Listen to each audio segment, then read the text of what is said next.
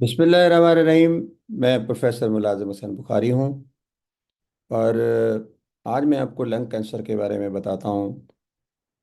जैसे कि आपने देखा कि पिछले कई दिनों से लाहौर की फ़िज़ा के ऊपर स्मोक छाई हुई है।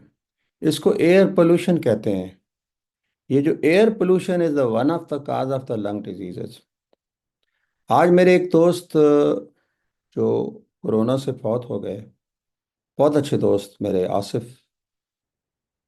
डॉक्टर आसिफ।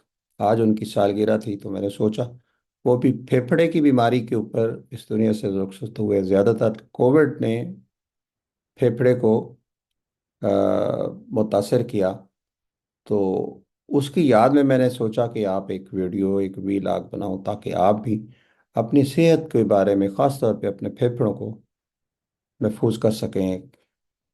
ये फेफड़े बहुत बड़ी नेमत है जो आपको ऑक्सीजन देते हैं। इस फेफड़ों की नेमत का, इस ऑक्सीजन की नेमत का, अल्लाह की इस नेमत को उस वक्त एहसास हुआ जब कोविड आया।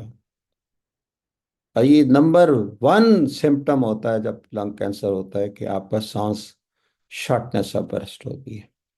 तो अब आज चल के देखते हैं कि हमारे जो सबसे बड़ा कैंसर मर्दों के अंदर प्रोस्टेट, और प्रोस्टेट के बाद दूसरा कैंसर मर्दों के अंदर जो है वो लंग कैंसर। इसी तरह औरतों के अंदर पहला बड़ा कैंसर जो है वो ब्रेस्ट का है, और दूसरा बड़ा कैंसर जो है वो लंग का है। फेफड़े की फेफड़े के कैंसर इस वक्त तकरीबन 8 से 12% मुख्तलिफ ममालिक में होता है, और ख़वातीन में भी आलमोस्ट इक्वल आ रहा है क्योंकि ख़वातीन भी स्मोकर्स हैं। और डेवलपिंग कंट्री में ज़्यादा चांसेस हैं। तकरीबन 18 लाख लोग अमेरिका में हर साल वर्ल्ड वाइड जो है इस दुनिया से रुखसत हो जाते हैं तकरीबन। स्मोकिंग नंबर वन काज, और सबसे इसकी जो दो सेम है, स्मॉल सेल कार्सिनोमा और large non small cell carcinoma, जिसको हम लार्ज सेल भी कहते हैं, बड़े सेल वाला। जो सबसे ज़्यादा स्क्वेमस सेल कार्सिनोमा होता है, 85% होता है।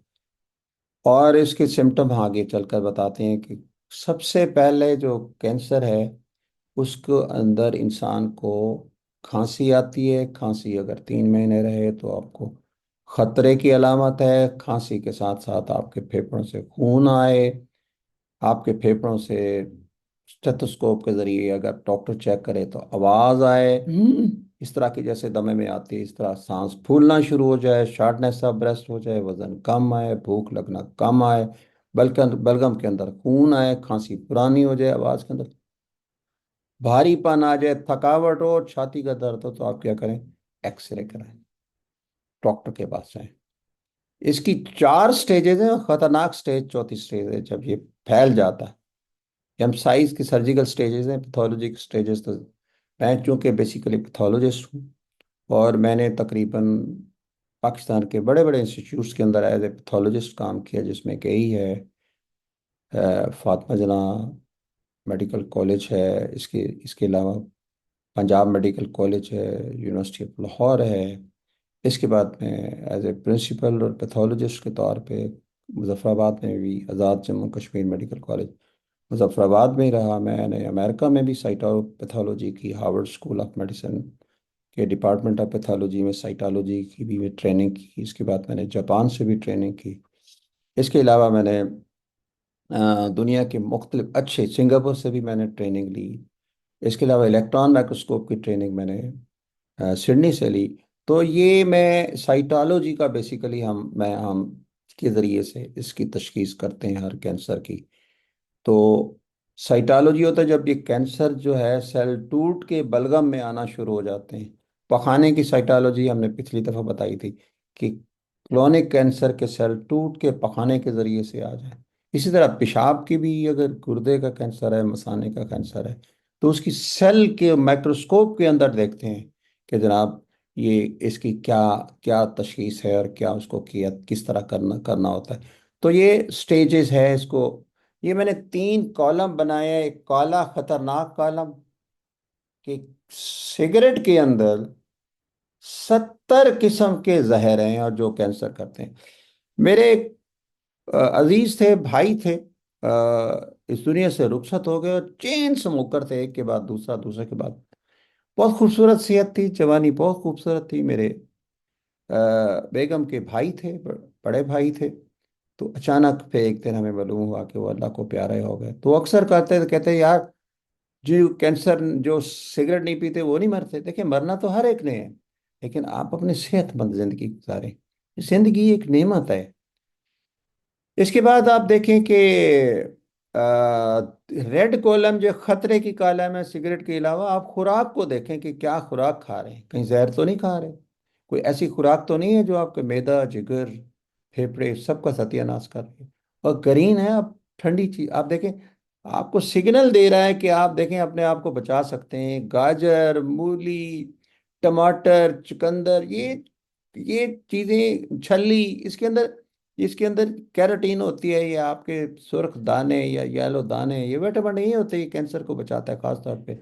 मेरा अपनी रिसर्च जो थी इसी के ऊपर थी, बेटा कैरोटीन के ऊपर, ये कैंसर को बचाती है। इसी के ऊपर मैंने एमफिल भी किया, इसी के ऊपर मैंने पीएचडी भी की। होल ग्रेन्स है, फ्रेश फ्रूट्स है। देखें, हम बाकी चीज़ों को तो, जेनेटिक्स को तो कंट्रोल नहीं कर सकते। जेनेटिक का रोल 5% भी नहीं है यार। रेडिएशन थेरापी, कितने लोग एक्सरे कराते हैं, कितने लोग एक्सरे डिपार्टमेंट में काम करते हैं। सिगरेट तो हर दूसरा तीसरा पी रहा होता है, और बड़े डेवलप्ड कंट्री में तो बहुत ज़्यादा पीते हैं। इसलिए इसको कंट्रोल, एयर पोल्यूशन गवर्नमेंट को चाहिए कि इसको बैन अवी मुख्तलिफ हमारे हमसाया ममालिक जो हमारे के साथ है उसके साथ कोई तावन करे। और ख़ास तौर पे जो है ना, ये जो जिस जगह मैं बैठा हूँ, अगर 20-25 साल पहले देखा जाए तो यहाँ लहलहाते खेत थे। आज यहाँ पे ज़्यादा, आज यहाँ पे वो बन गई हैं, आबादियाँ ज़्यादा हो गई। आबादी ज़्यादा होगी तो क्या होगा? वो लोग ज़्यादा आएंगे, लोग ज़्यादा क्या होगा तो ट्रैफिक ज़्यादा आएगी, एक्सरे ज़्यादा चलेंगे, अपना रिक्शे ज़्यादा चलेंगे। चिंग चीज़ ही रिक्शा आ गया, ये तो सत्यानाश करता है, हर वक्त धुआं छोड़ता रहता है। मोटरसाइकिल चल रहे हैं, गाड़ियाँ थकड़ क्लास चल रही हैं जिसके अंदर धुआं निकल रहा है। गवर्नमेंट कहती भी है, लेकिन हमारी अपनी जिम्मेदारी भी तो है ना कि हम ऐसा काम ना करें। गवर्नमेंट अगर मसरूफ है किसी जगह पे, तो अगर उसको पता नहीं चल रहा तो हम चोरी तो ना करें ना। हम दूसरों को क्यों नुकसान? एक सिगरेट है और एक पैसिव स्मोकिंग है, जो सिगरेट के साथ रहने वाला है। एक मर्द सिगरेट पीता है, बीवी साथ सोती है, तो वो पैसिव, उसको भी 10% चांसेस है कि लंग कार्सिनोमा हो सकता है। तो इसके अलावा भी 10% ये खतरा है। इन ये वजूहात हैं कि इन ऑक्यूपेशनल हैजर्ड्स है। इसके बाद सेकेंड हैंड, यानी जैसे मैंने बताया, एक सिगरेट पी रहा है और दूसरा धुआं ले रहा है। पोल्यूशन, एयर पोल्यूशन है, खुराक है। तो ये दूसरी चीज़ें अब करें क्या? डॉक्टर के पास जाएं, अगर आपको पहली अलामत आती है तो स्क्रीनिंग कराएं। सिम्टम अगर नहीं भी है तो 50 साल के बाद ज़रूर एक्सरे कराएं आप। और इसके बाद आप सिम्टम्स आने से पहले पहले आप स्क्रीनिंग कराएं। सबसे पहले बड़ा स्क्रीनिंग की ये है कि जब आपकी उम्र 50 साल बढ़ जाए, स्क्रीनिंग कराएं। और इसके बाद पीएसए का लेवल चेक कराएं, इसके बाद मैदे का चेक कराएं, इसके आंतड़ियाँ का चेक कराएं, इसका फेफड़े का चेक कराएं। इसके बाद आपकी, अगर चेन स्मोकर हैं तो स्क्रीनिंग कराएं, चाहे उम्र कम भी है। अगर आप 15 साल पीते रहे हैं तो आप उसको चेक करें। 30 पैक, 30 पैक का मतलब है कि एक पैक अगर आप 30 साल पीते हैं, 20 सिगरेट का एक पैक अगर 30 साल पीते हैं, और 30 पैक ईयर हो गया, तो आपको कैंसर के चांसेस हैं। अगर आप 2 डब्बियां पीते हैं, 40 सिगरेट पीते हैं, 2 पैक्स पीते हैं, तो फिर अब 15 साल पीते हैं, तो इसका मतलब है कैंसर के चांसेस हैं। तो इस तरह के लोग, आप क्या करें, कुछ तो बड़ी नॉन इन्वेसिव सी वो अपनी वो हैं, उसकी ना ऑपरेशन होता है, ना सुई लगती है, ना आपको तकलीफ होती है। एक्सरे करा लें, लो डोजेस कंप्यूटेड टोमोग्राफी कर लें, इससे रेडिएशन भी नहीं होती। और स्पुटम का जाकर चेक करें। पैथोलॉजी डिपार्टमेंट के सामने चेस्ट डिपार्टमेंट होता था, और चेस्ट डिपार्टमेंट पहले टीबी के नाम से था, फिर इंस्टीट्यूट ऑफ चेस्ट बन गया, और उसके अंदर ये टीबी के साथ साथ ब्रेस्ट लंग कैंसर के केसेस भी आने लगे थे। अल्लाह गरी के रहमत करे, प्रोफेसर खालिद साहब होते थे, फिर इसके बाद साकिब साहब आ गए। तो वो हमारे पैथोलॉजी डिपार्टमेंट वालों को बुला लेते, बल्कि उनका एक बंदा साथ आ जाता था। तो उससे हम इससे अर्ली डायग्नोस कर लेते थे स्पुटम के अंदर से। और डिफरेंशियल डायग्नोसिस भी होती थी कि एक्सरे है, आपके एक्सरे से बड़ा आराम से पकड़ सकता है। एक्सरे और दूसरा टोमोग्राफी।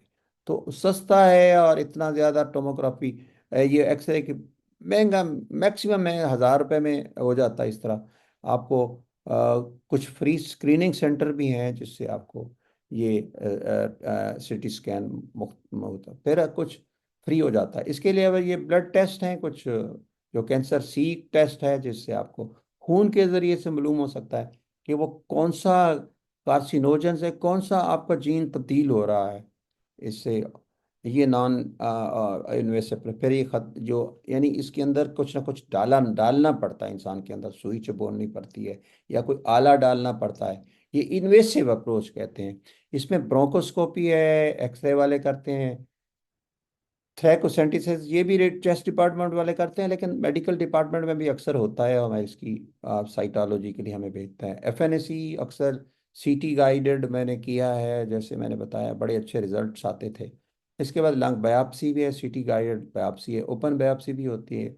एक ब्रोंकियो एंडो ब्रोंकियल अल्ट्रासाउंड बड़ा अच्छा है, इसके अच्छे कैंसर को पकड़ा जाता है। सीरम बायोमार्कर, ये इससे खून निकाला पड़ता है ना, माइनर इन्वेसिव है, नहीं सुई चबो के खून निकालना पड़ता है। इसके बाद बड़ी सर्जिकल बायोप्सी से होता है। इसके बाद ये जैसे मैंने बताया कि small cell carcinoma, non small cell carcinoma, non small cell carcinoma बहुत ज़्यादा होता है उसमें, स्क्वैमस सेल कार्सिनोमा। फिर ये पैथोलॉजिकली तौर पे हम फर्दर डिवाइड करते हैं, उसमें आपको इसको जाने की ज़रूरत नहीं है कि किस तरीके से, ये जस्ट एक स्टडी स्लाइड्स है कि इसमें। फिर इसको देखें, इसका जो आपको सबसे ज़्यादा जो इसका ये है कि आपने इलाज, कहते हैं ना, एहतियात इलाज से बेहतर है। एहतियात शुरू करें। एक ही सिंगल मोस्ट एहतियात है, सिगरेट ना पिए। और अगर आपको खांसी होती है और 3 महीने तक खांसी है, तो आप फौरन एक्सरे कराएं। इंशाअल्लाह ताला इन एहतियातों से आप कैंसर से बच सकते हैं, ख़ास तौर पे।